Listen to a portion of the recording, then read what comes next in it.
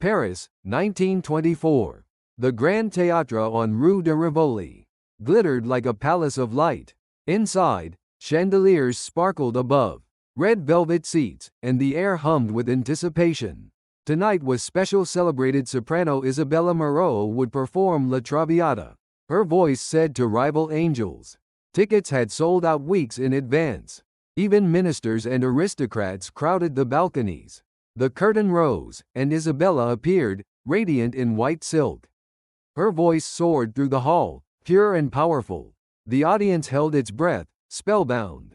But in the second act, as she prepared for the climactic aria, her hand trembled. She lifted a silver goblet from the stage table and drank. Moments later, her voice faltered. She clutched her chest, staggered, and collapsed before hundreds of horrified eyes. The orchestra fell silent. A doctor rushed from the audience, but Isabella was already gone. At first they whispered of illness, a hidden weak heart. Yet examination revealed the truth. Traces of aconite, a deadly poison, in the water she drank. Someone had murdered Isabella Moreau in front of a full house. Detective Henri Delany, known for unraveling impossible puzzles, was summoned. He stood on stage hours later, gazing at the abandoned set. The goblet still rested on the table, a thin ring of water clinging to its bottom. Stagehands swore it had been filled moments before the performance. By whom, none could say. Isabella herself had requested water, nothing unusual. Yet only she had touched it. Delany questioned the company. The stage manager, Etienne, swore he oversaw everything, but admitted the goblet was prepared backstage before being placed on the set. The soprano's understudy, Margot Duval, wept convincingly.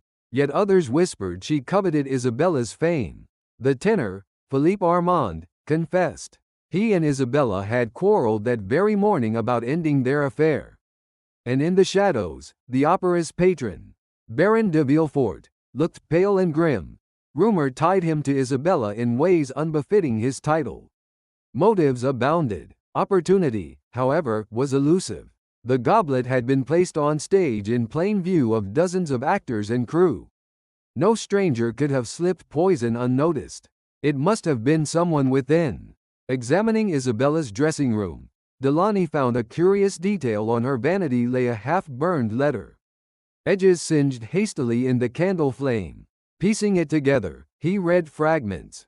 "Cannot remain your secret forever if you do not free me. I will tell them all." The letter was unsigned, but hinted at blackmail. To whom had Isabella written? The detective returned to the goblet. Its rim bore faint smears of red lipstick. Not Isabella's shade, which was deeper, almost burgundy. This was brighter, lighter. Perhaps Margot's? Summoning her, Delany asked directly. The understudy flushed, stammered, then admitted. She had rehearsed with the same goblet earlier that afternoon. But she swore it was rinsed clean after, and she had seen nothing suspicious. Another thought occurred to Delany.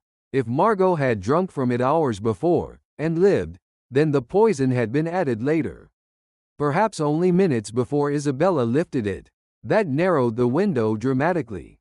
Who had access? Etienne, the stage manager, insisted he alone placed the goblet, but when pressed, admitted he had left the stage briefly when a backdrop jammed. In that moment, anyone nearby could have touched the prop. Delany questioned the tenor Philippe, who grew defensive. "I loved her," he cried. "Yes, we argued, but I would never." His eyes flicked toward the patron, Baron de Villefort. It was then Delany recalled the letter. "If you do not free me, I will tell them all." A wealthy baron, a famous soprano, a dangerous liaison.